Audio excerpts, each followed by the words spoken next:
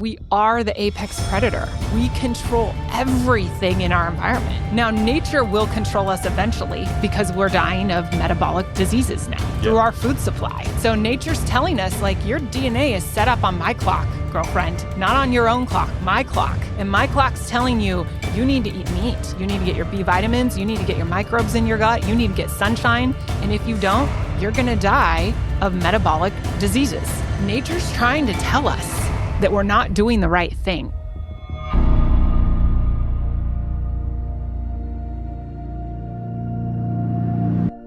Candi Frazier, first of all, thanks for taking the time to join me today. Yeah, thank you so much for having us here, Adele. It's really an honor. I've been following you for a long time, and I just so respect what you do and the information you give humanity, people. They need it. Thank you.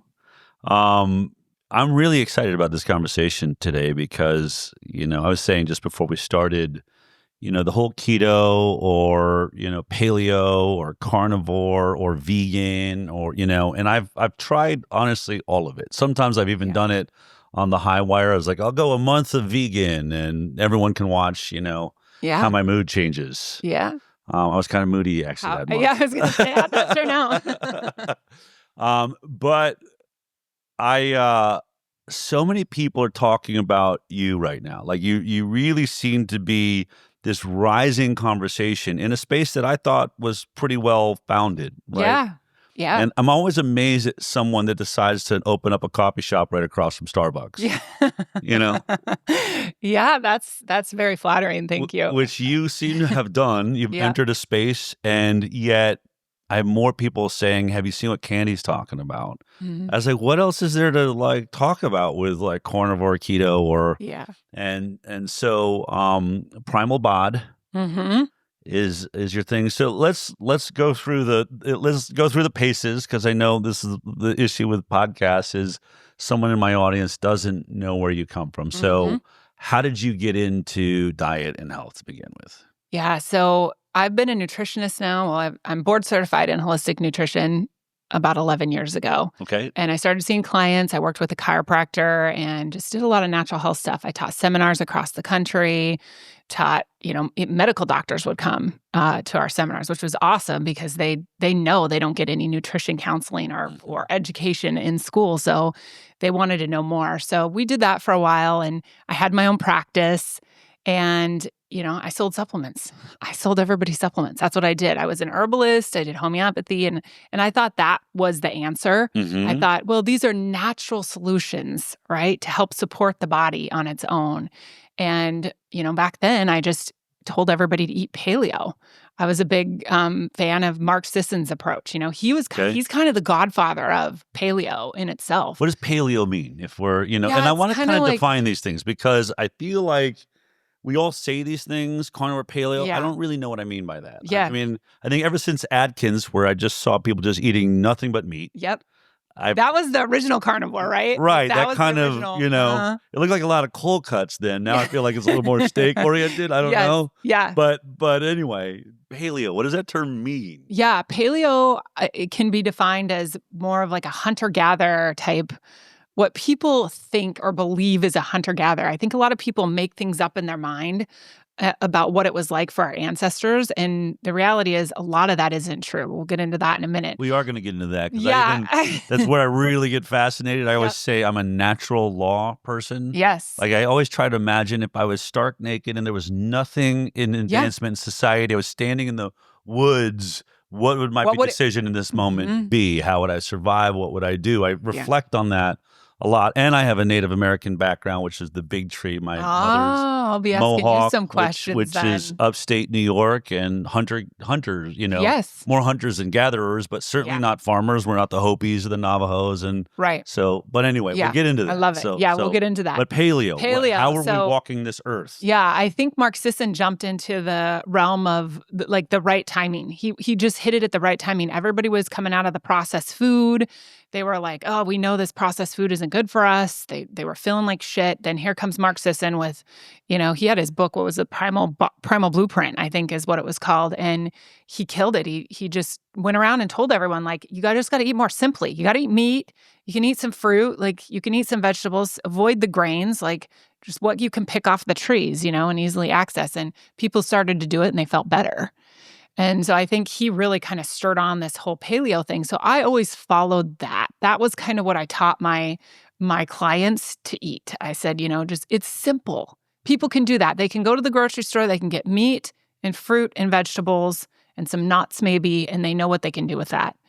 And so it was easy for them. There was a lot of recipes, I had all these paleo recipes with dates and nuts and cocoa and avocado, and you could make these creations that seemed like they were baked goods, but they really weren't. So it was something easy I could tell my clients, and I never really helped anyone lose weight, although I had hundreds of clients that wanted to. The majority of my clientele was women. They'd send their husbands in or their kids in, but it was mostly women, and they were all struggling with weight. And I was headed that way too. I mean, I was a thin person. You would look at me and say I didn't have a issue with weight, but I was skinny fat. I had no strength.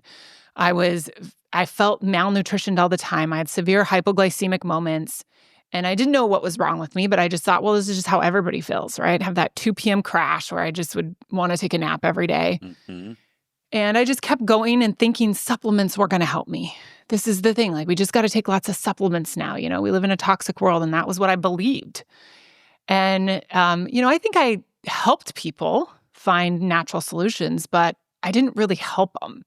And I just kept going, thinking I'm doing the right thing. And then I met my husband, who is type 1 diabetic.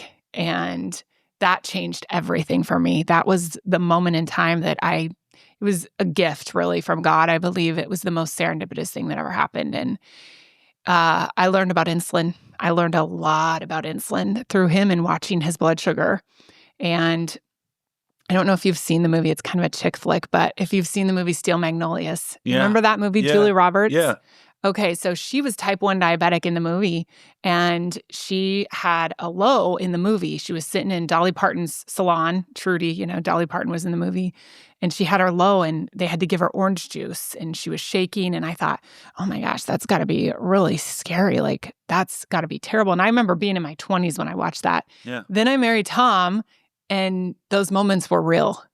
And I couldn't believe it. I thought that was the movies, but no, they were real moments. We had moments where his blood sugar would drop dangerously low, and we'd have to get it up, and it was a constant struggle. So, and I was feeding him. How often is that? Because you say, I've heard you say, probably second to a cancer diagnosis, it's one of the most difficult and horrifying diseases to manage. Mm-hmm.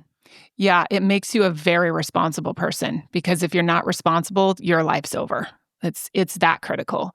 Too much insulin will kill you. And if you don't know how to manage it, you're dead. And I know a lot of people, I've had girls in my program that are like, my little brother had type 1 diabetes and he died from it.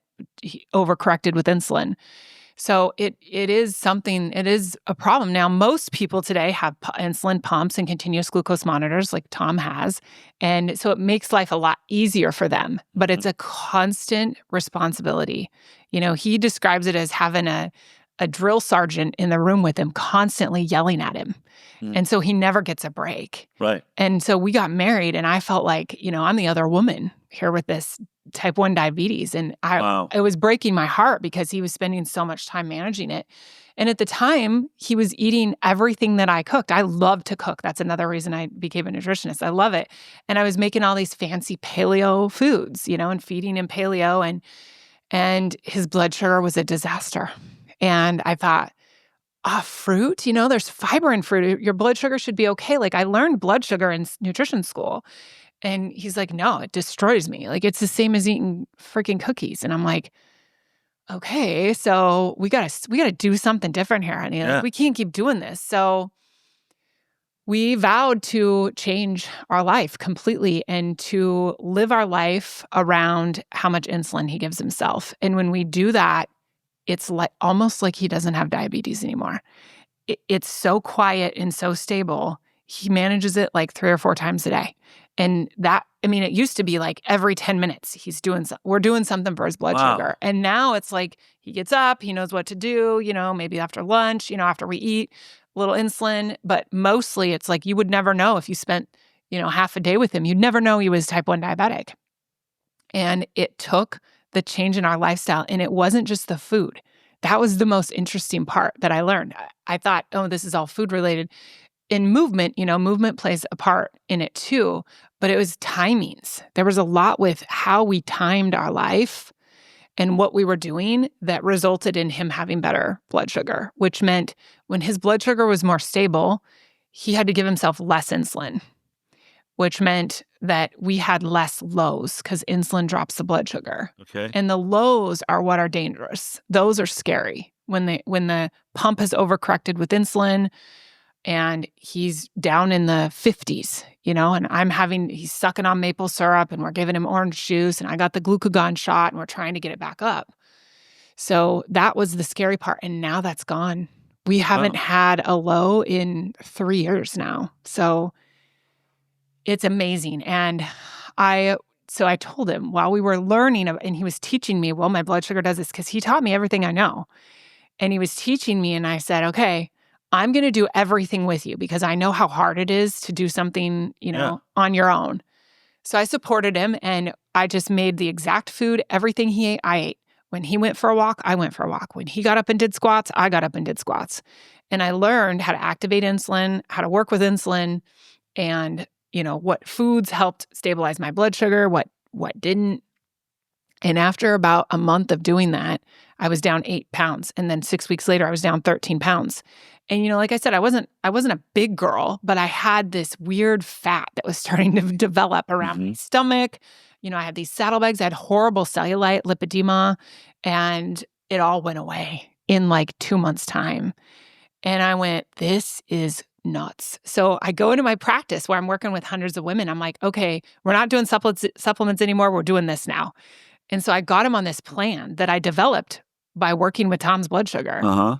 And they started doing it and they'd come back into my office and they were down like 20 pounds in a month, 30 pounds in a month, some of them. And they're just so happy. Yeah. And they're like, they're not taking their supplements anymore and they're just feeling great. And I'm like, okay, we got to keep doing this. So I put this email out in my practice and I said, I'm doing this test group. Anyone's invited. It's a free test group. I want to see how this works. And we called it the Sugar-Free Warriors. And Sugar-Free Warriors. Okay. And they got in. I had 500 people in there almost overnight. Wow. And they all lost weight. And they all felt amazing. And it was easy. And at the time, I looked at Tom and I thought, I had tried to do a weight loss program before, but which was with paleo. And I gave up on it because no one lost weight. No one lost weight on it. And I thought, well, they're not eating top ramen and mac and cheese anymore. Maybe if they eat paleo, they'll lose weight. And they didn't. Wow. And so I gave up on that weight loss program. So I looked at Tom and I said, I think we should do this as a weight loss program because all women in the world need to know what I know about insulin now. And because they all think it's their hormones. They think it's estrogen, progesterone, testosterone. All these women and their hormones are just flat. They're tanked. And they think that's the reason they can't lose weight. And I was having these women who were through menopause with no hormones, and they were just burnt, melting the fat like crazy and feeling the best they've ever felt. And so I said, honey, we got to take this to the masses. So we developed Primal Bod. Tom actually named it. And a lot of that comes from my background, being very interested, much like you, in the natural world. I was so interested in the natural world. I grew up in nature. I grew up in Forks, Washington.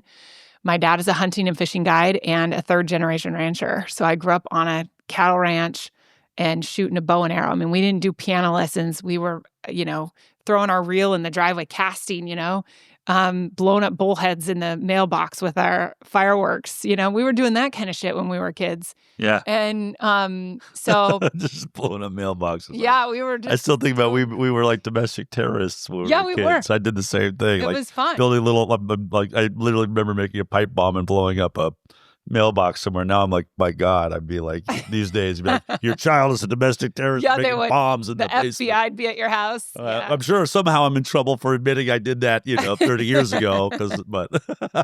Oh, that's awesome. Yeah. Yeah, I mean, it was a different life back then. It's just so crazy. And so I was always interested in the natural world. And my grandpa, who's since passed, such a cool guy, he was actually in the CIA for a little bit. And he was the second generation rancher, so my dad's dad. And my grandparents were a huge part in how we grew up. We were just so tightly raised with them on this farm. My dad's house, my grandparents' house, my great-grandparents' house.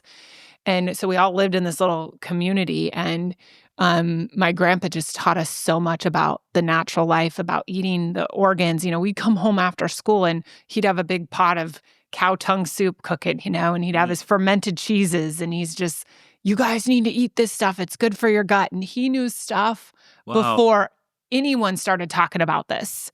And so I learned so much from my dad and my grandpa, and my grandma even too. My great-grandma was into horticulture. She did flowers and gardens. And so I learned a lot about plant breeding and selective breeding through them. And it's my fascination, the natural world. So we developed this super crazy, successful weight loss company that brings people back to center, which is nature. What is it like really in nature, like you were saying? Yeah. How did we really live? Because we have all these fantasies from movies and, people telling us things that, it must have been like this, and it wasn't really like that. Before we get into that and what it was like, help me understand what insulin is, because if that's going to be a huge part, what I think makes it interesting is I think most diet gurus, if you want to call them, tend to come from a cancer background. If I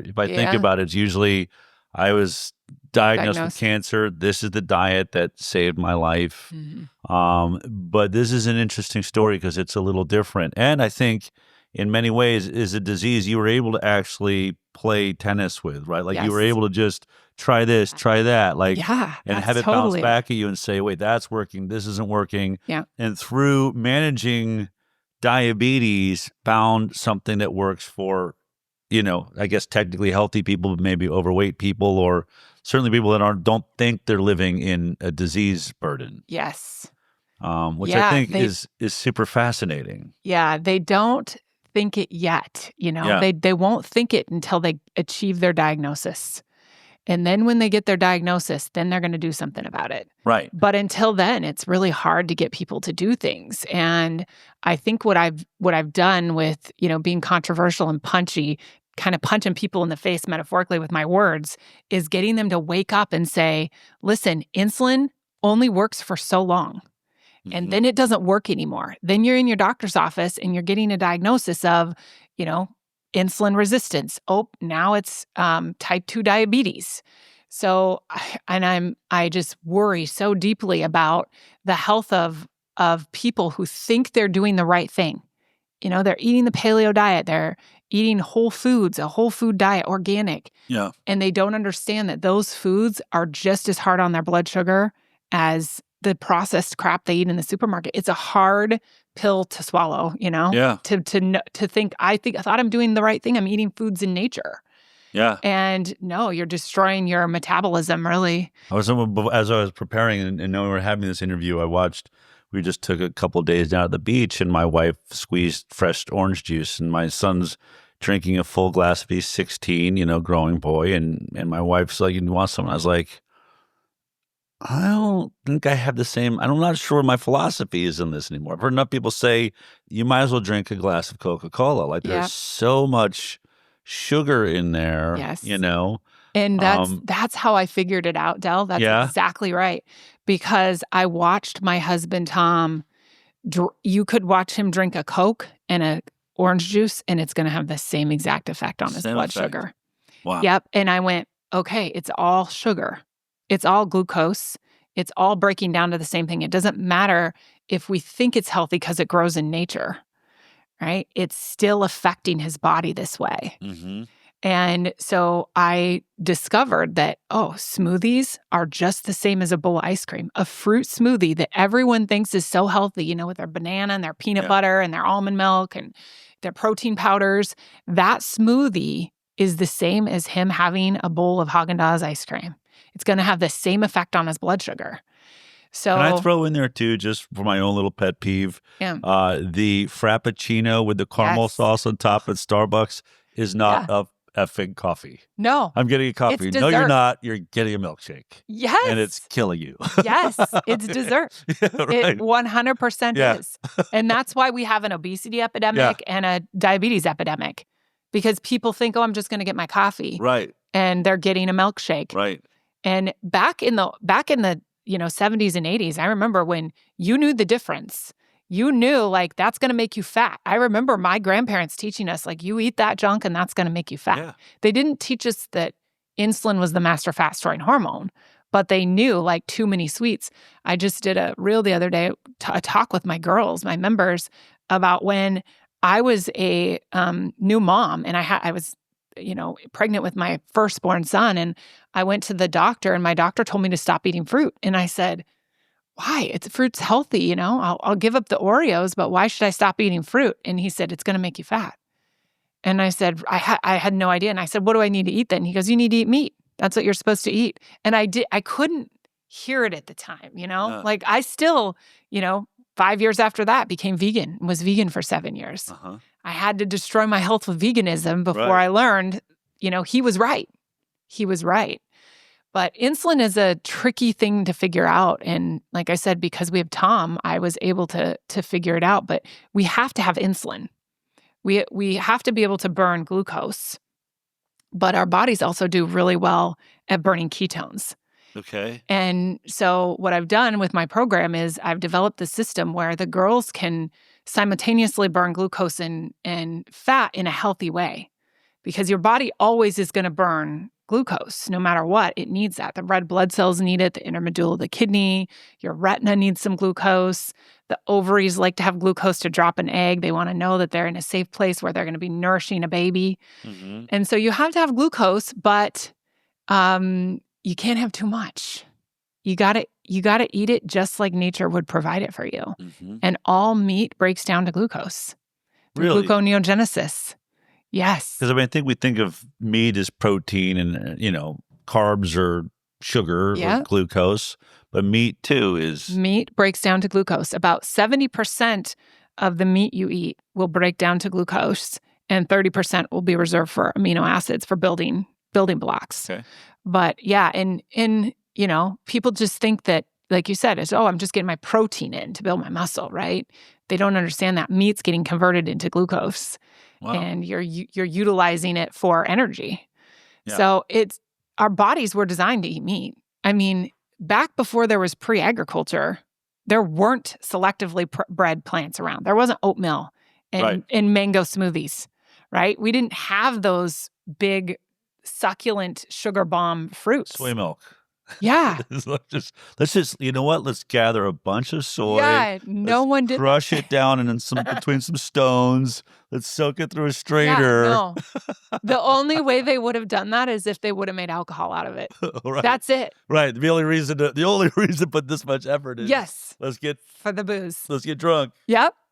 But otherwise, it was the hunt. It was all about the hunt. Yeah. It was all about the animals. We learned animal husbandry. We learned we were the apex predator. We know exactly how to control our food environment, which are animals. We're the top predators. So how do you know that? Because I hear the argument that we don't have the fangs. We're not designed to tear into a piece of meat. We have to cook it. We need knives, forks. That whole what is your pushback on that argument? There's really no argument around it. We are the apex predator. I mean, we control everything in our environment. Yeah. Now nature will control us eventually, and it does, because we're dying of metabolic diseases now through our food supply. It's true. So nature's telling us, like, your DNA is set up on my clock, girlfriend, not on your own clock, my clock. Yeah. And my clock's telling you, you need to eat meat. You need to get your B vitamins. You need to get your microbes in your gut. You need to get sunshine. And if you don't, you're going to die of metabolic diseases, cancer being one of them, Alzheimer's being one of them. So nature's trying to tell us that we're not doing the right thing. I like it to like the game of hot and cold. Do you ever play that with your kids? Give me your version of it. So, what do you mean by hot and cold? You hide an object in a room, and they're outside the room. Right. They come in, and you're like, okay, find the object. And they're like, oh, they're moving by the couch, and maybe it's close to the couch. You can say, oh, you're hot. You're getting hot. You're on fire when they're close to it. That's how I think about nature. When we feel good, when we look good, when our skin is glowing, our hair is healthy, when we have sex drives and libido and we have life and spark in us, that is nature's way of telling you you're doing the right thing. Yeah.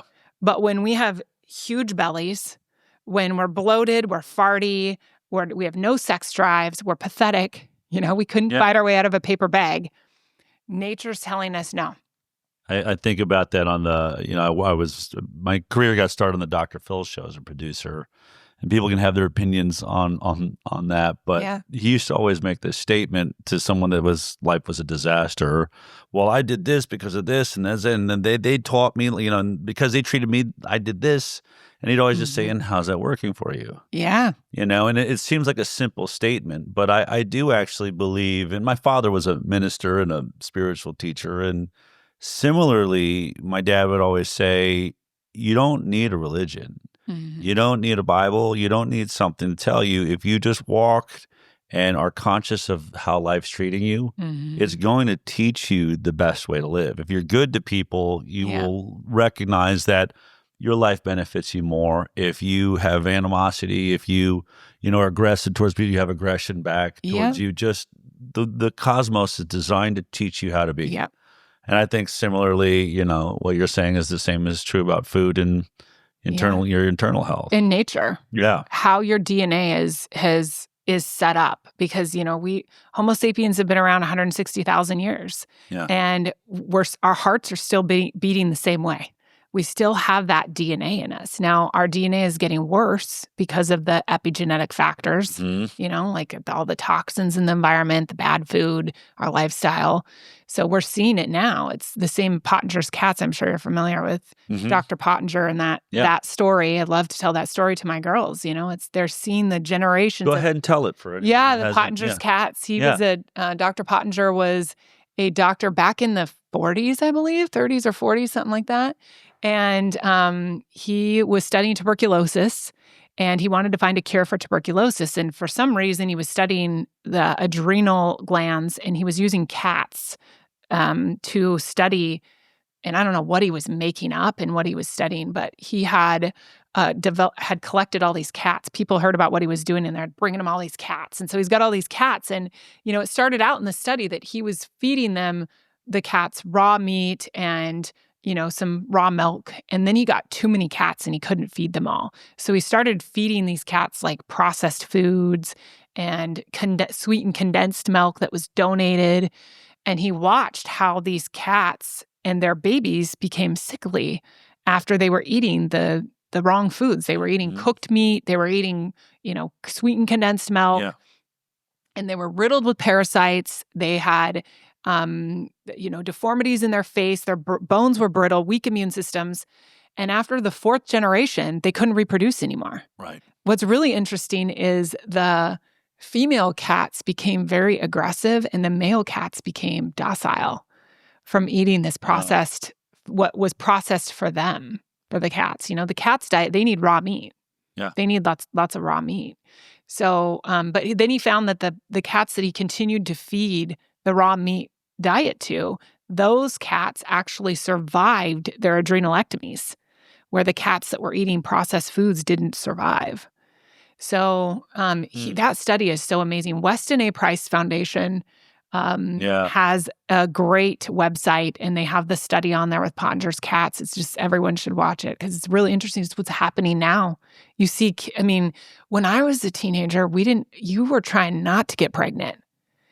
And now there's fertility clinics everywhere. Isn't it a trip? I mean, we've just I guess, is it 2 generations? I mean, I'm Gen X, but you're right. I was saying to my wife, our kids are, getting more and more asexual. They're not having, doesn't even seem to be a problem with sexuality. Like, I mean, we were raised and, it's really kind of weird. We were raised that was a problem, right? Yes. That we've got to figure out how to teach abstinence or something because these teenagers are getting pregnant like crazy. It's ruining their lives. They're running around like bunny rabbits. We've got to teach them abstinence or put them on the pill as soon as they turn 15. And then there was that approach. And you don't hear about any of that.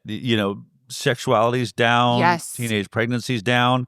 And across the world. I mean, across the world, it's down, which is terrifying. There's countries trying to figure out how they're going to handle their society. And I just wonder, are there, sort of those abstinence people is like mission accomplished? Yeah. And I actually was, when I was director of communications with Robert Kennedy, he was on the Bill Maher show. And I forget the guy's name. I should remember his name because I keep bringing up his story. But I think he's an NYU professor, has written many books. And he was talking about this sort of drop in sexuality amongst our kids and that families are like kids aren't thinking about having families, that they're sort of like, just reject the idea of wanting to have a family, that they just want to have a career and a life. And he said, and we're falling apart as a society. Everything we care about, it's like a car, a job, and not kids. The phone. Like getting pregnant is the worst thing in the world. It's like we've literally we have a generation now that are growing up that think that getting pregnant would be the worst thing in the world. And he says, and frankly, if you talk to most, families that even had an accidental pregnancy in high school, they found their way through. They figured it out. They went on to have successful lives and beautiful families. And we never hear that story. We hear how awful it was. And I remember at the end of the show, Bill Maher was like, any advice? He said, I want to tell kids, go out, get drunk, make a mistake. It may be the greatest thing that ever happened to you. And I see it in my own, like, there's just this like fear of making a mistake or do you worry that we've out. kind of, because we're kind of close to the same generation, and I worry that we've helicoptered too much. And Definitely. and now our kids are not, they're stymied. They can't move. They're paralyzed. They don't know what to do. At least I was happy. My son was one of the few in his class who was like, as soon as he's 15, like, how soon can I drive? I was the same way, but I have so many friends, their kids never even want to get a license. Yeah. So you don't want to leave the house. You don't want to get out. I would say it feels like we're getting off track, but it's exactly the track. We're losing this virality, this like tenacity to attack our lives and be primal about it. Yes. Yeah, I tell my girls when they join, I say, here's the deal. I'm starting a grassroots movement, and I hook you with the weight loss, and yes, I'm going to help you lose the weight. But ultimately, now it's up to you to share this knowledge with your kids and your grandkids, because they're the ones that are going to pay the price. We're half our lives over now. We lived half of our life out, and we look back and we had the good times. These kids never had the good times. Yeah. They never had the times like we had, the freedom. Right. To make mistakes. Yeah. To almost die. Yes. To almost get pregnant. And some of us did. Okay. It was life, right? Yes. Drove the car a little too fast. It happens. But you were again, we were pushing against nature and letting it push back. Yeah. Now there's just no tug of war. There's nothing happening. Like, I'm just not going to. Everyone's flat and they're depressed. Yes. And it's sad because I see the Maha movement with, what you guys are doing, and I just think it's so awesome. But I think the first step is, can we make Americans care again? Yeah. Can we make them give a shit? We're all adults. We remember what it was like growing up without the internet, without the cell phone. It was fucking great. Yeah. And now it sucks. Yeah. We have to do something. Our generation, our generation's parents, the boomers, they're done. They're not going to help us anymore. Yeah. President Trump's about the only one. Right. Everybody else is that done. generation is about to die off. The generation that rode, let the kids ride in the back of the truck at 65 miles an hour down the highway. Yep. I saw a great comedian the other day. She's like, we literally had BB gun wars, and the BBs were purchased by our parents, and all they said was, just don't shoot each other in the eyes. Yep. That was the one rule. And I think about it, and you're right. I gave my son a cell phone. Now I'm in a bargain with can I get that thing back? It's ruining your life. And he's a great kid, great student, great athlete. But the amount of time it's sucking from him when he used to read a book, and you know where they got me? Well, I got to be able to be in contact with him should something happen at school or if he's out there. And I'm just thinking the amount of faith my parents had. I mean, because I was gone until it was dark, and even then.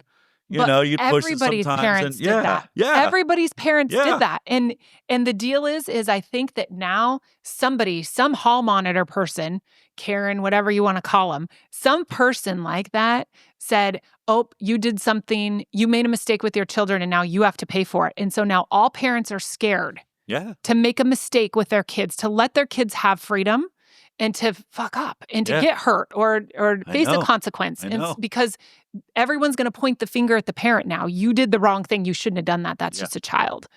And so now we have this big, heavy, overwhelming societal guilt placed on our shoulders that we have to follow along in the same path as everybody else. And it is destroying our country. Well, we're probably seconds away from needing an insurance rider, just like a doctor has, in case something happens to my kids, so that I can't have the government come in and take my child away or be able to defend myself in the decisions that I made. And I do think a huge part of what's wrong with our world today is we are afraid to die. Yes. In fact, there's a longevity conference going on right now. I spoke last night at a dinner, and I'm not really the whole longevity thing. I want to be as healthy as long as I can. I don't need to live here for 120 years. Yeah. And I'm not afraid of dying. Yes. And so I think that there's, I feel like we're all coming into a melting pot right now trying to understand what health is, and biohackers and everything, trying to beat the system. Mm-hmm. Do we have to beat the system? Didn't the system work? I said in my speech, Adam and Eve, they were handed the perfect system, and somehow we've gotten off track. Yes. We have lost our way. So... Mm-hmm. And you know what, Del? That's a very primal, you got the primal, you got the thing going on deep. But Daniel Vitalis, who you should have him on your show sometime, he's a cool as shit guy. But he said this, because he's a hunter and he's into the natural world. But he said, I think the reason people are afraid to die now is because they don't kill their animals anymore. When you kill your animal and you come close to death on a regular basis, you respect it and you start to see it's just a part of a part of life. That's very interesting. And I also believe if you don't have a good connection with your source, God, universe, whatever you believe in, then things are going to feel paranoid. I also think that when you're sick, your anxiety and your paranoia gets 10x. And so you do fear death because you fear everything. Yeah. But when you're living healthy and you're full of life, I think that, it's all a choice. You can choose to live your life till the last minute and go as hard as you can, or you can choose to be afraid and be in a cage and have a pathetic life. Yeah. He said, Daniel Vitalis said, I'd rather be a lion in the wild and live for 7 years than be a lion in the zoo and live for 17. Amen. It's so true. It's a bit like people come up, I say often, people come up to me when I'm speaking, and long line of people want to come up and say hi, and so many of them will say, "Thank you for your sacrifice." Mm-hmm. And it's sort of along those lines. I was like, my sacrifice. I feel like if most people could jump in my body for a week, they'd say, "What a wild ride this is."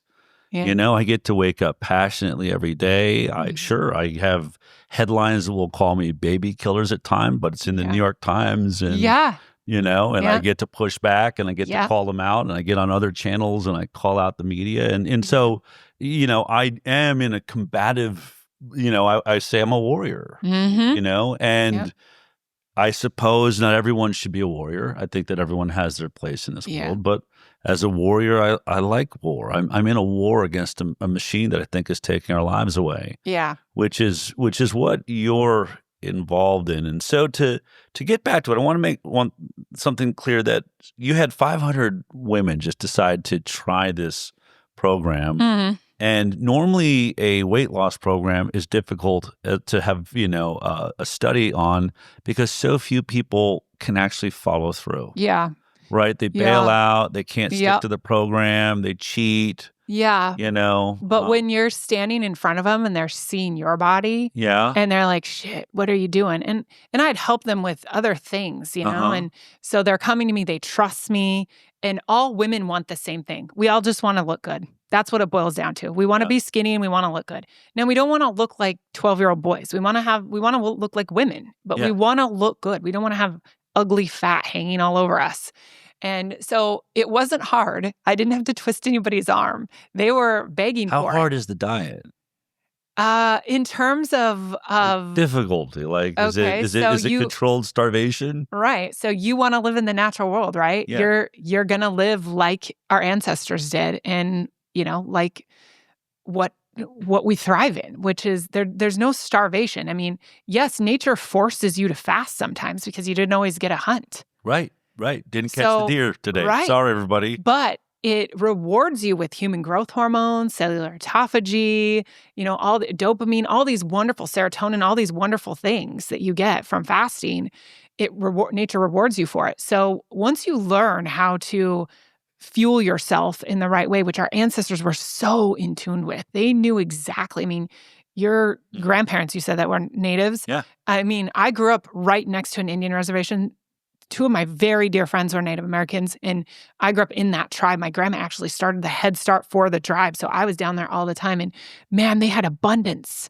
They had salmon, they had crab, they had elk, venison, and they could do whatever they want because the natives got free range to fish and hunt. And, you know, they didn't have to wait for the season. And it was so awesome to see all the abundance they had in meat. But they learned how to make that abundance happen and how to work with the cycles of nature and know when the right time was to do things.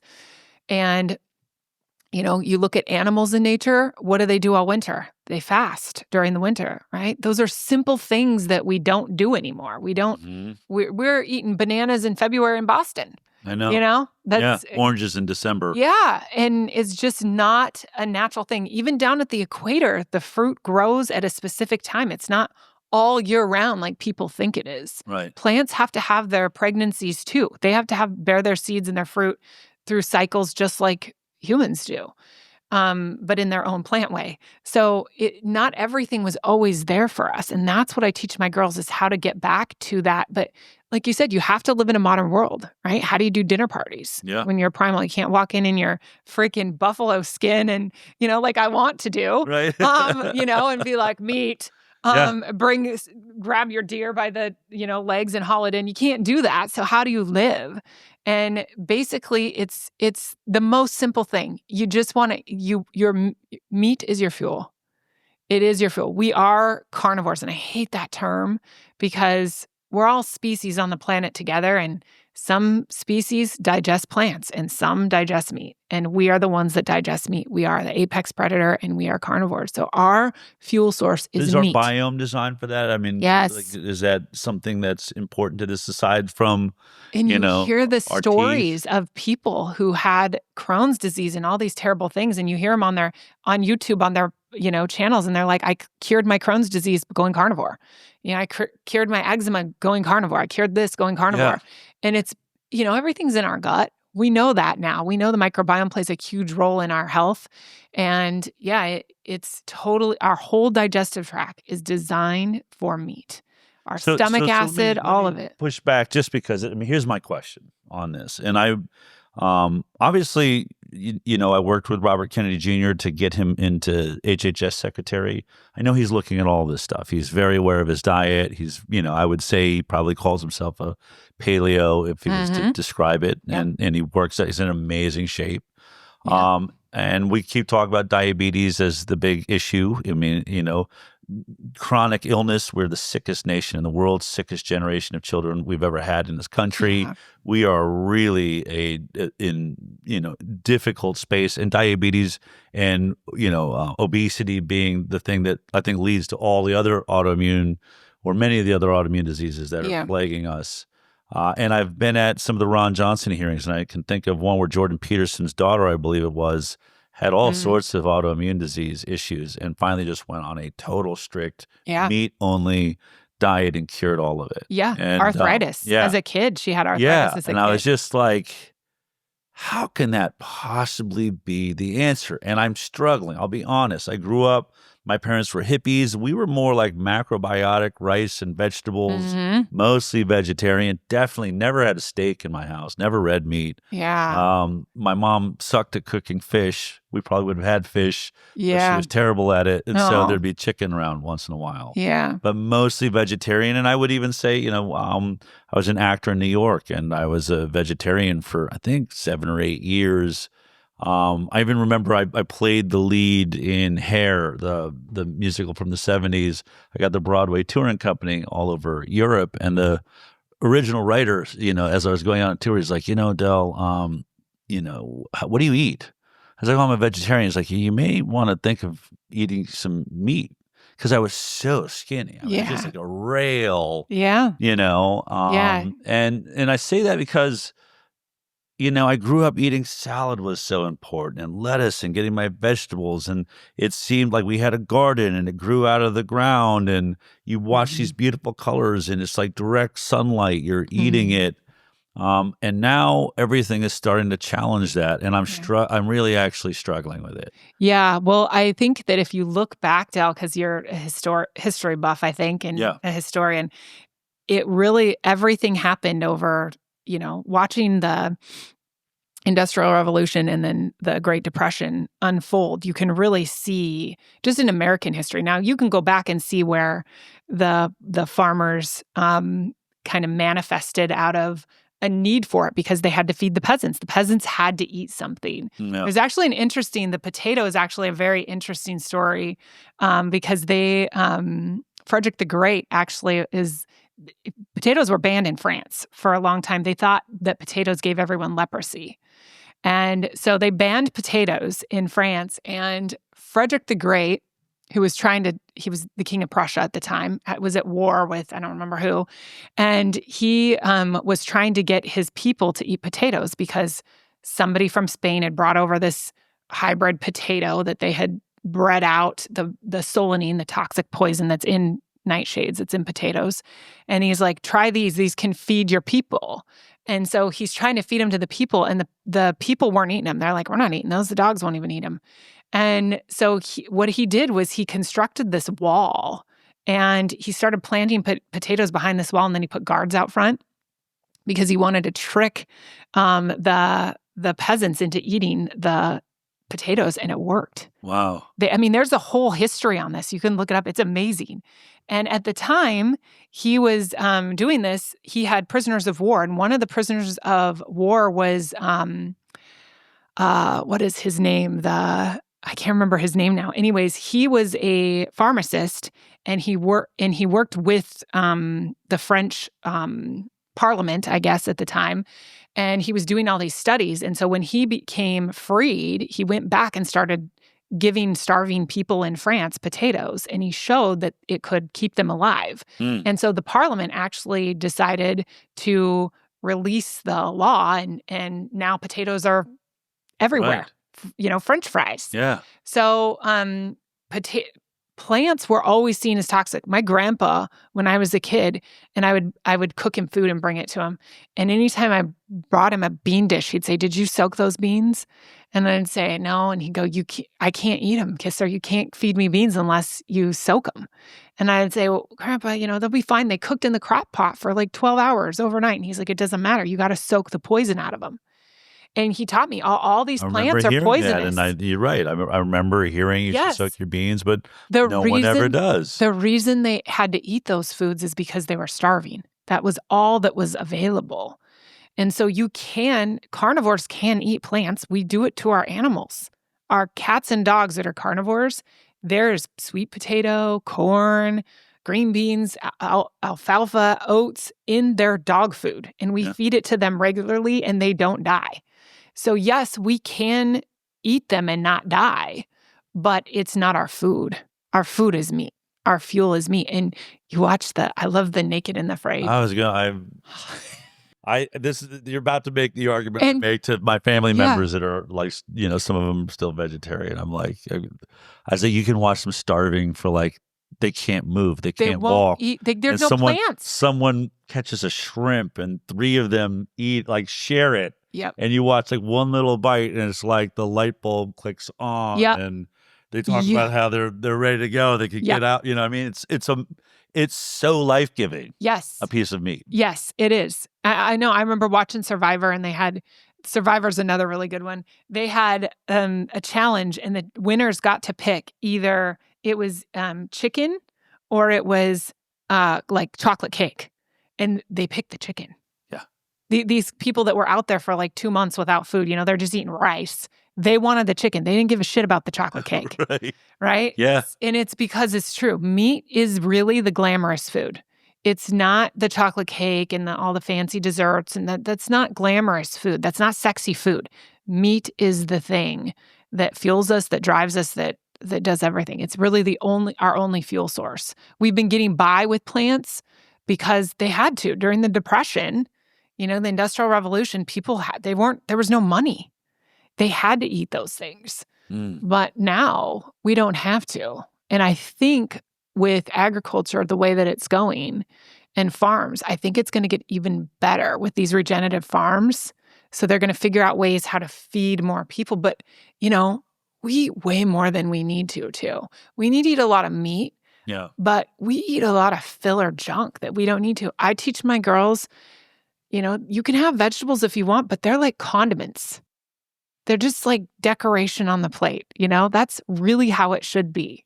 You can have a little bit of veggies if you want to. You can have a little bit of fruit if you want to, but ultimately that isn't the source of your fuel. The source of your fuel, the source of how you maintain a healthy body is meat. That's just it. There's no arguing it because you did the vegan thing. I was vegan for 7 years. I felt like shit. Mm-hmm. It was the worst health of my life. I destroyed my health. Yeah. I mean, when I was a vegetarian, I was really ultimately a junkatarian. I lived on pizza, pasta, you know, and things like that. So lots of carbs. It's hard to avoid it.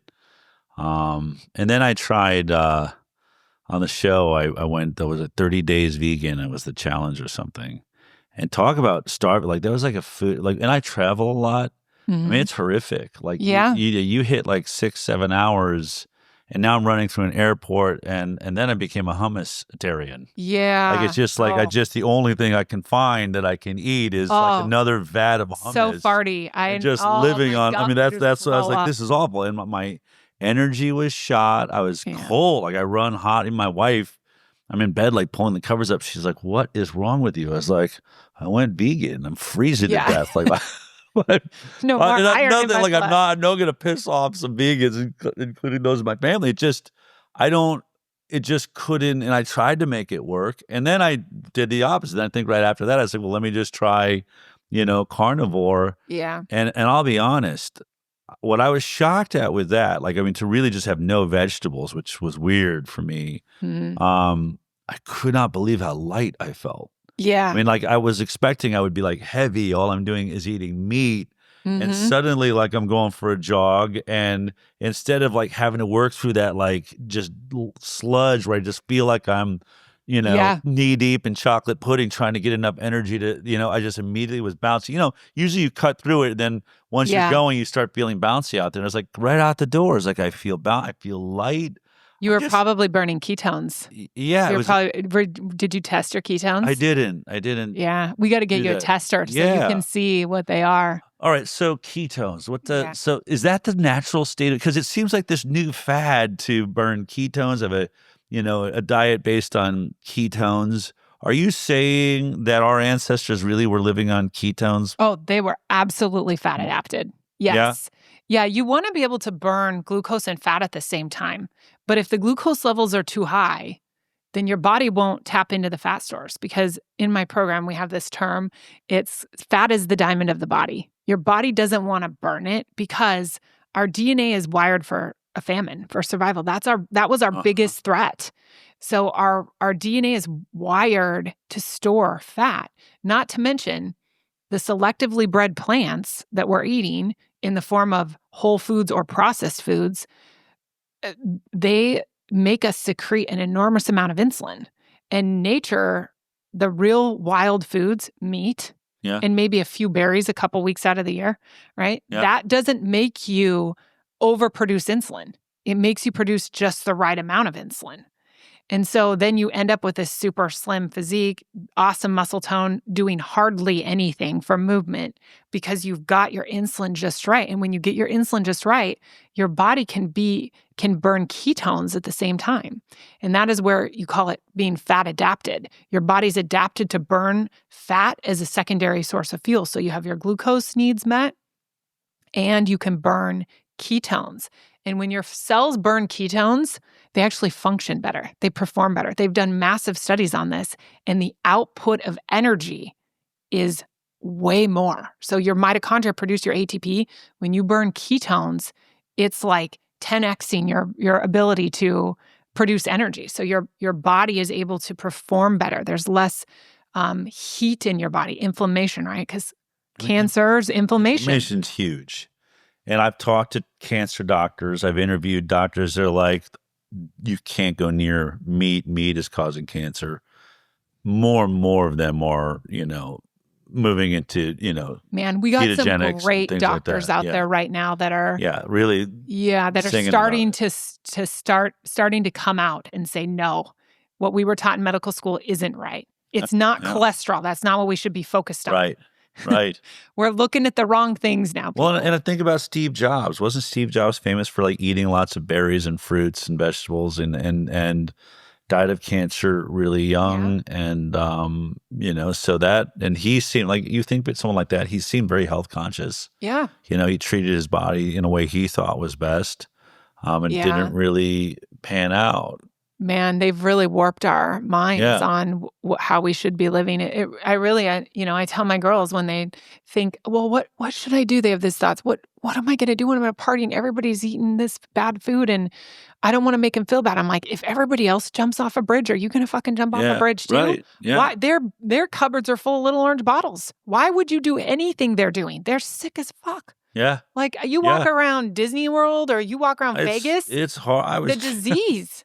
I was just down in Port Aransas, and you go into like the local grocery store, and frankly, almost any grocery store now, if you're outside of Whole Foods does attract, I think, a health conscious.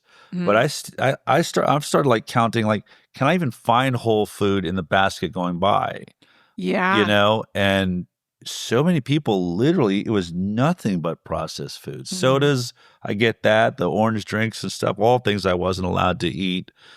Growing up, but at best, maybe a sugar cereal is the closest thing to Lunchables and prepackaged everythings, and it's a horror show. And I look at these people and I just think, what does it feel like to live in that body? Yeah, that's not getting any.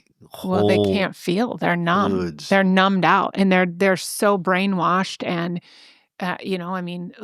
you just look at how they think. They're on TikTok. They're not thinking. They're so destroyed with so much information that now they just are living their life every day. They're waking up and they're doing the same thing, and they just don't care. Most of the young people are on drugs.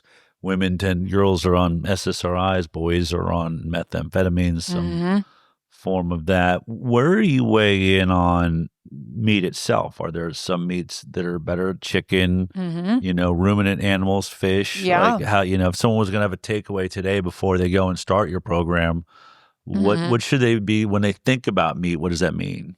Wild game is always the best. Things that we haven't selectively bred. Right? Okay. We can selectively breed animals too. And we've done that with cows, pigs, and chickens are kind of the top ones. We've really selectively bred them. They grow a lot of unhealthy fat on their body. And I'm not saying that it's still not appropriate to eat those things. There's a time and a place, right? If you're at a restaurant and all there is chicken wings, get the freaking chicken wings, right? Yep. Like if you're in a situation where you need to eat that, always choose meat first. I would always eat bacon over oatmeal. Okay. Any day. Uh-huh. But would I eat bacon over bison? No, I wouldn't. Yeah. I would always choose the meat that wasn't selectively bred. So bison, elk, venison, anything like Tom and I are trying to set up, we want to go hunt an alligator. Any kind of wild meat, and alligator meat is really good. Yeah. Any kind of meat. Our ancestors had access to all different types of animals. Yeah. So we eat such a small portion of the animal population now, but we should be eating a huge population, and fish too, from the sea. We should be eating the seashore, the oysters, the clams, all the shellfish, and the fish that's in the sea. You know, that's all the Native Americans that lived up in the Olympic Peninsula. They took full advantage of the sea. So anything wild that isn't, farms are great. And I grew up on a farm. I grew up with selectively bred cattle. We ate our grass-fed beef. We had grass-fed beef. We ate it. We grew up on it. But I also ate elk and venison, and I loved the venison. It was my favorite. I love trout out of a stream. My dad would go catch us trout, and we would just devour it. Anything that's wild, I'm into. But if it's from a farm, I'm going to eat it too. Yeah. I just prioritize wild game over farmed animals. Now, you get into something that it's hard for me to believe, but you're saying that even most vegetables and fruits that we're eating are not like, because I would say certainly carrots exist for a reason. Mm-hmm. God put them there, even corn. I think about Hopis. You can go back to Anasazi and you see the stone where they ground their corn into some sort of meal and made cakes out of it. So these vegetables seem like they're given to us by God. When we picture that Genesis moment, it's the birds and the fish, and I'm pretty sure the plants are, we have dominion over them. And so again, in the natural law space, I try to think if God put me on this planet and I was just standing here, certainly those blueberries look pretty good, those Logan berries that are hanging out of the trees in the middle of a forest in Missouri somewhere. Yeah. But you make this comment that a lot of that they're bred. Like it's very, it's very rare that we're eating that a bean we're eating has been cultivated to be. Yeah, they didn't have seedless watermelon when I was a kid, right? Now they do. About that, yes. So now, clearly, a lot of what we're eating has been. They have these grapes now called cotton candy grapes, and you eat one and it tastes just like cotton candy. That is crazy, right? So humans have, and we have, the domain. But what you have to do is you have to step back and go, is this making us sexier? Yeah. Do we feel better? Are we sexy? Are we living our best lives? Do we feel good? Are our intentions good? No, none of that. No one can pass that right now. So, yes, there were plants around. And I see that a lot of the selectively bred produce now today is the majority turned into processed food. So people think, well, I can get back and I can just eat the corn instead of eating the corn chips, right? But a cob of corn has the same effect on Tom's blood sugar as corn chips. It's the same thing. So the fiber doesn't matter. That's all bullshit. The thing is live with the type 1 diabetic and you'll really know how blood sugar is. I get all these gym bros on tearing me apart like, oh, no, no. You can't tell me. I live with a type 1 diabetic. Right. I know how insulin works and how foods affect your blood sugar. So corn started out as teosinte. That's what it was. It was this little hard plant, the grass. They have, the proof of it. Teosinte still exists. Wild bananas still exist on the planet. So we know that they are still there. It's like, sharks are prehistoric. Alligators are prehistoric. They're still living with us. So we know that they exist. Mm-hmm. And we can see the species that died out and their remains and whatever. So we can talk about, that God, the Bible says God intended us to have this big, huge, you imagine the cornucopia of plants to eat, but those plants didn't exist. They weren't around. Humans selectively bred them there, but where's the point where we went too far? Yeah.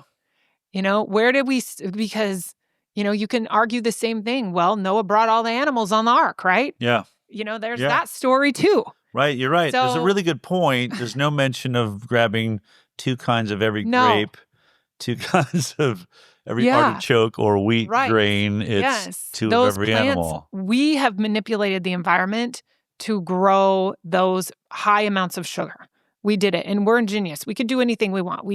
I flew here on a plane flying thousands of feet in the sky at 500 miles an hour, so it's crazy what we're capable of, but are we doing the right thing? Right. And so many people are not asking that question. Yeah. They're not stepping back and going, oh shit, we are all fat. Yeah. We are all fat and diseased, and we look like we're 60 when we're 40. I mean, everyone's talking about just dragging through their lives, like having no energy. I mean, I think it's a huge, discussion. The methylene blues and whatever, but it's all like, all the hacky feed your stuff. Mitochondria. Like, my mitochondria need energy. Why does your mitochondria need energy? Yeah. Why does my mitochondria, why is it so, depleted? Yes. Because methylene blue didn't exist to our ancestors. Right. They didn't have access to methylene blue. It's like a pool dye or a cleaner. I know. I'm sure it's amazing. I haven't done it yet. It's still just, it's freaky looking. Yeah. And I again, I've done supplements. I'm terrible at it. I cannot keep it going. And the only argument I make with supplements is, well, the earth is so depleted that the vegetables aren't getting the nutrients anymore. So now I have to, supplant that with this handful of vitamins that are now giving me a headache and a stomach. I mean, like, honestly, I'm all over this. Yep. And, well, meat will give you everything you need. And if you have the right digestive tract, the right microbiome, you'll get everything you need from the meat that you eat. Now, my girls, I introduce fermented foods right away in my program because they're lacking a healthy, diverse microbiome. Everyone on planet Earth is, in my opinion, I believe everyone is lacking a diverse microbiome. Our ancestors would go kill the animal. They would cut the carcass in the dirt. They would hang the freaking meat over the rack to dry. Flies would be flying on it. We had all kinds of diversity in our life when we lived at one with nature. And now it's gone. We have hand sanitizer. Everything's sterile. Agreed. It's awful. So I get the point of like, oh yeah, you got to take the supplements and everything's deprived, but it shouldn't be that way. That's what I did too. I believe that too. Like, oh, everything's depleted. No, it shouldn't be that way. And what I found, I'm in the best health I've ever been in my entire life. I'm 45 years old and I feel better than I did when I was a kid. Mm-hmm. And it's because now my digestion is good. I'm not bloated. I'm not farty. My stomach is flat every morning. And I'm pulling all the nutrients out of that meat. I can eat it all. I'm not anemic. I was anemic for years. I'm not anemic. I feel so full of life. And it's because my inner body, my inner constitution, Ayurvedic, they talk about your inner constitution, Chinese medicine, is so strong from trying to mimic what I would have done in nature, 1,000 years ago. One of the people who introduced you to me works in my office, and I've watched her battle, try so many different diets. And one thing that's amazing is she keeps telling me how easy it is, but she looks fantastic. Yeah. Yeah. I've just watched she's a beautiful girl. Transformation. Yeah. So it really does, speak to you. And I've done, I did a keto type diet at work. Really, I had trouble holding on to it though. Mm-hmm. And then for me, my issue was, I was a skinny kid. Yeah. Like no matter what I did, I couldn't put on weight. I mean, we never had Eating soda the vegetarian, even vegetarian, whatever it was. All the way up until I think I hit like 35, somewhere at the point where I started working in television, sitting at a desk, probably eating more processed food and chips and things. Yeah. And then suddenly, I think my metabolism stopped. Yeah. Or slowed down, and now I can put on weight. Now I'm amazed how hard it is to maintain a good weight, and I feel like I eat well. I don't eat cake. I don't. My weakness would probably be fried things. Even that, I'm trying to push the chips away. Yeah. But, I'll have a piece of bread maybe every other day, but I cannot get my weight down to where I want it to be. Yeah. Well, it's compounding. Yeah. That piece of bread has 4 teaspoons of sugar in it. Even though they didn't put the teaspoons in the batter, when you eat it, that bread breaks down to glucose. So you basically just ate 4 teaspoons of sugar when you ate that bread. And if you're getting all your fuel needs met, that bread is getting turned straight into fat, baby. And so it's even though I'm mostly keto, that little bit of cheating with the carb is what that I'm just throwing it over the top. Yeah, I mean, you can work it off. Like you can go out and do a couple, 500 or 600 meter sprints, and your body will utilize that glucose you just ate. But if you're not, and if your, glycogen stores are super full and you've got, you got a bunch of insulin sitting on your fat cells, then you're never going to be able to get ahead. It's just going to be compounding over and over. And every year you just gain 5 more, 10 more every year. Amazing. Yeah. And I look at those old pictures we see in the 1950s, and no one, we talk about it, right? They're all skinny. They're eating meat, potatoes, vegetables, bread. Yeah. Are they not? Well, they were eating, but the world was different back then. They were outside. They were highly active. Yeah. I mean, we are not nearly as active as the people were living in the 70s. They were doing stuff all the time. I remember my dad was never in the house. Yeah. He was always outside. So, they spent a lot more time outdoors because they didn't have their phone stuck to their face or the TV or their comforts, Yeah. So a lot of things were different. And yeah, they would eat that stuff, but they never overate anything. I remember my great-grandmother's orange juice glasses were this big. They were tiny little 6-ounce, true. right? Wasn't like a big goblet. They didn't overeat. They knew that would make them fat. My grandmas used to say it all the time. They would, I remember being at my grandma's house and she would have English muffins and she'd have one English muffin with an egg, and I would go in for 2 English muffins, and she goes, "That's too many English muffins. That's gonna make you fat." And it wasn't her shaming me. Right. She was trying to warn me, like, 2 English muffins, too much. She goes, "If you're hungry, you need to eat more eggs, not English muffins. The English muffins will make you fat." So they knew back then they couldn't overdo starches and grains. But now, with the big vegan push and everything, it's like, oh, that's all you should be doing. And people are getting sicker and fatter and sicker and fatter. You keep talking about your girls. What about men? Do you have a program for men? We do. We have a men's program. I developed it when my women were like, "I got to get my husband to do this." So we have a men's program. It's very successful. They love it. With my girls, we've had 6,000 women through the program now. Wow. And we've only been going for not even 2 years yet. That's amazing. Yeah. And congratulations, by the way. Thank you. Super successful. We love it. We love it. But the women's group, I have Zooms, private Zooms with them. And I have a Facebook group where they can interact with myself and the coaches in that group. So they get a lot of support that way. The men don't have that option. And I find mostly because they don't need it. And it's really because dudes can figure shit out pretty easily. Their hormones just align with fat burning. You produce testosterone. I produce estrogen. Now I produce a little bit of testosterone and you produce a little bit of estrogen, right. But estrogen is a fat storing hormone. Testosterone is a fat burning hormone, right? You're a muscle builder. Yeah. I'm a fat builder. And it's because I carry a child. Women carry the baby. So we need to have body fat on us because if we don't have food, our bodies need to be able to fuel ourselves and our infant, the baby. Yeah. So, our fetus. So it's different for women. They need a lot more support. It's harder for women to burn fat than men. Men get in and they're like freaking a week in and they're just like, they're ripped. Well, that's what's crazy about your numbers, by the way. I do know like the diets I've done, and I was like, men will lose 30 pounds and, this next couple months, women might lose 15. Mm-hmm. But you're having a lot of success with female weight loss, which is so great. And the really men great. get the same success. I mean, is it the same program or did you have to adjust it for some reason? Is there something different than men and women? Men have a different, all the program is videos and then the interactive part of it and homework. There's homework to do every week. You have new homework to do. And that's where you follow that homework and you learn how to work with your ketones, how to work with insulin. And it all aligns perfectly with keeping you on track so that you don't hit a plateau or you feel like shit because, everybody starts the keto and they're like, I went through the keto flu. We don't do that in my program. We keep you nice and stable as you go through it. But the women need the support. The men don't need the support like the women do, but the men need to be told about testosterone. They have different movements they need to do.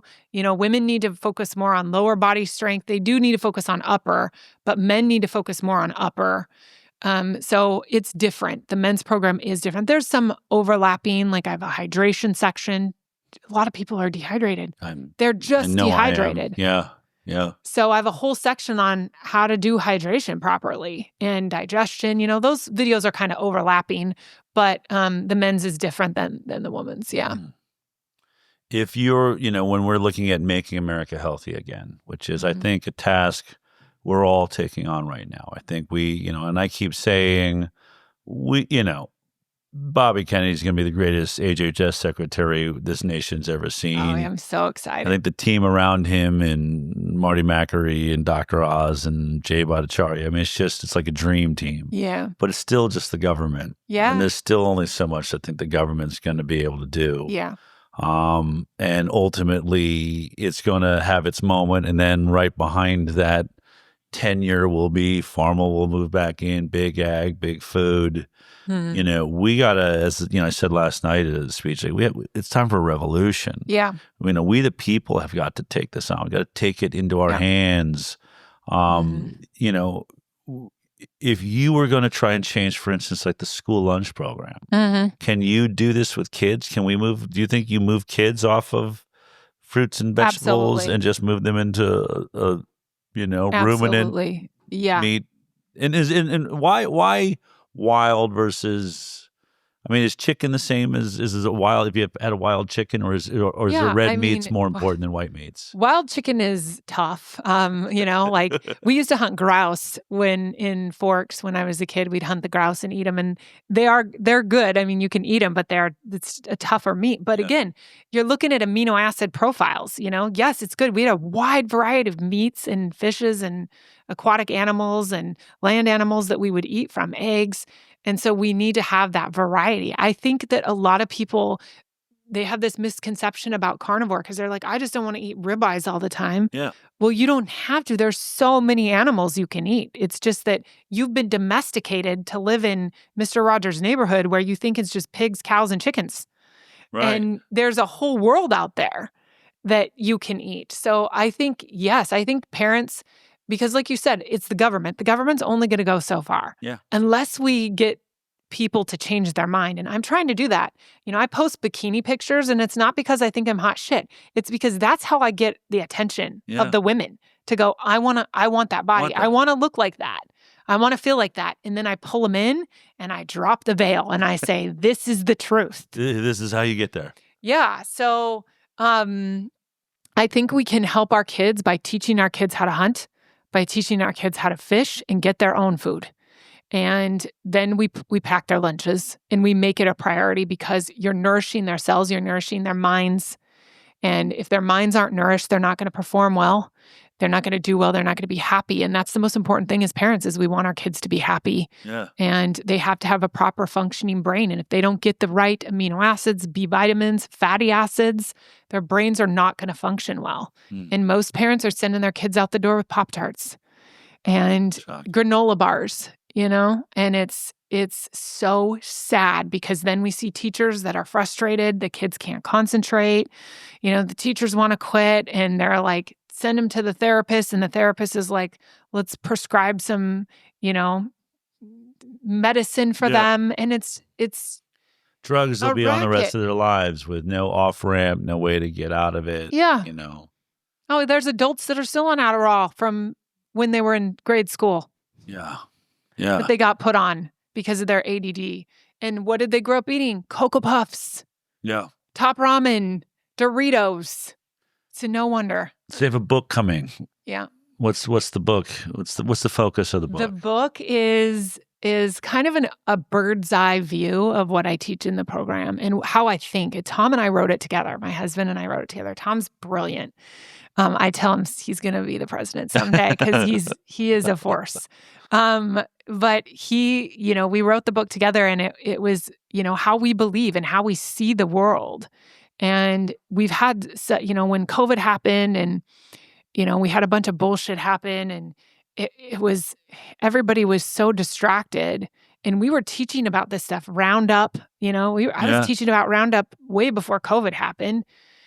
And when we came together and wrote this book, we thought we need to step back and just show them the big picture of what's really happening to our health and what they need to focus on and what they don't. Because you can get really distracted with biohacky things and it's just a biohacky thing. Yeah. It's not going to bring you that happiness in the end. Yeah. The happiness you will achieve in the end is connections through your family, being in nature, and experiences. Yeah. So that's what it all comes down to. It's not going to be your fancy, crystal water bottle, whatever you've got going, new supplement thing. That isn't the thing to focus on. So we bring it back to the things that we know are important. And if you just do these things, you are going to feel better. You're going to look better. You're going to feel better. You're going to perform better. You make an interesting point as I think about the biohack. If the biohack was so successful, you would see a biohacker say, I haven't changed. I'm sticking with the one biohack. It's worked for the rest of my life. Now I can focus on other things. Yeah. But it's not. It's always, here's my 20 new things this week. Oh, I discovered this new thing. It's this constant discovery. It's an adventure, I guess. Yeah. But it's so, you know what? I guess this is one of the things I get concerned with. It is, I just don't want my diet to be the focus of my life. Yes. I want to be there for my kids. I love what I do. I love the work that I do. I just want to have energy to be able to get out and get the work that I have. I actually, my mom used to always say, if you just give me a pill that would just sustain me, that was all I need. I like a good meal. I like a good glass of wine. I like to live my life. But I want it to be healthy. I want to be here long enough for my kids. Yeah. But how is it that, is there a diet? Is it possible to have a diet where I don't have to think about it all the time? Because that's what I find, the worst ever was raw. And I'll say this too. I worked on the Doctor's Television show. Lots of people came in. I would say the brightest, most vibrant people I ever saw were like these super raw diet, usually, vegetarian raw. I've met meat raw also, but especially the vegetarian, vegan, whatever, I guess it would be vegan. It's just their life was preparing their next meal. It's 3 hours of preparation to make their own soy cheese or whatever it was. It was really impressive. And the people I met looked pretty healthy, but I just like, my life is not my next meal. Mm-hmm. Yeah, they look healthy on the outside, but their insides tell a different story. So we know this just, Dr. Sean O'Mara, actually a very dear friend of mine, is the leading researcher on visceral fat. And what he has found is that vegans have some of the most highest amounts of visceral fat in anyone. And visceral fat's the most deadly fat. Wow. So they might look healthy on the outside. And I think sometimes too, we put rose-colored glasses on gurus that live these healthy lives. And we think, oh, they look so great, Yeah. Their skin is glowing and from all the coconut oil and, they just look really good. But the reality is they don't feel well. I've worked with so many young girls that do this vegan diet, and their health is just destroyed from it. Yeah. They get all this horrible acne, their hormones are wrecked, they're terrible, their immune systems are challenged now. So I've seen the other side of it, and it is not good. It's a rare person that can pull off a raw vegan diet. Yeah. Very rare. Yeah. But I would say that to answer your question, is there ever going to be something that I don't have to think about? No, there's not. Because in nature, as a primal human, you would have always been thinking about your next hunt. You would have always been thinking about how to feed your family. And that is what we should be thinking about, because our bodies are our temple. They are our gift from God, really, to be here. Yeah. And so we should be supporting that by the food we eat. It's not just a big tube that things are going in and going out. It's nourishing your cells, and it's making you your next person, right? Every 7 years, you get a new body. Your cells replace themselves every 7 years. Skin cells turn over really quickly. Nervous system cells take the longest. They take 7 years, but everything falls in between that spectrum. So in 7 years, you can build yourself a brand new body if you do the right things and you give your body what it needs to make those new healthy cells. Because cells are just a process of, dying off and replicating. They split apart. So it all comes down to the fundamental belief that you have, which is, what is the most important thing to you? And if it's a social life, it's hard. That's why I say it's a no. You have to think about it, because the rest of the people that you love and care about aren't out hunting with you. Yeah. They're not out doing the things that you need them to do with you to feel. That's why I think you probably feel the imbalance in it, is like, I just want to be able to live and do my things with my people. And they're not doing the right things. And so there's a little bit of a thing that exists in the Primal Bod program. When they get out, they have an option to join a membership where they can come, they pay $69 a month and they can be together, and they have their own Zooms with me and their own private Facebook group. And it's just a continuation of the program where we work on body recomposition and sharing lifestyle stuff, because it gets lonely.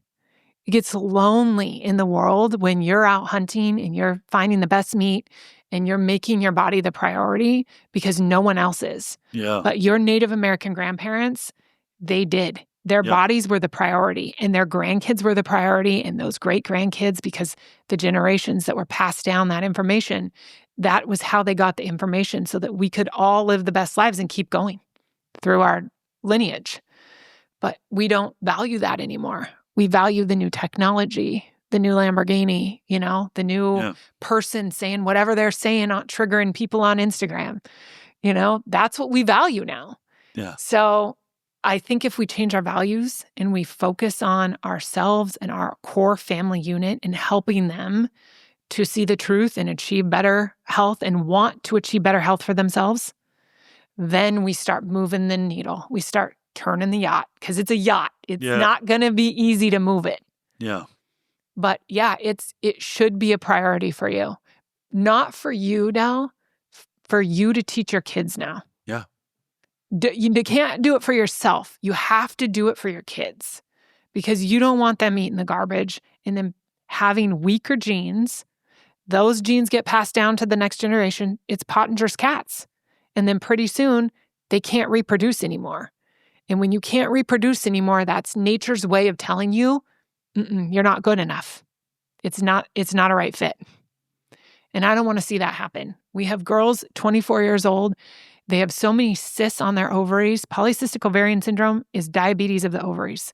They have so many cysts on their ovaries, they can't drop an egg to get pregnant at 24. Wow. That is a huge problem. Huge. It's very inspiring, and it makes me want to sort of charge out of here. You're right. I always think about one of the things, I do say to people all the time, your kids are watching you.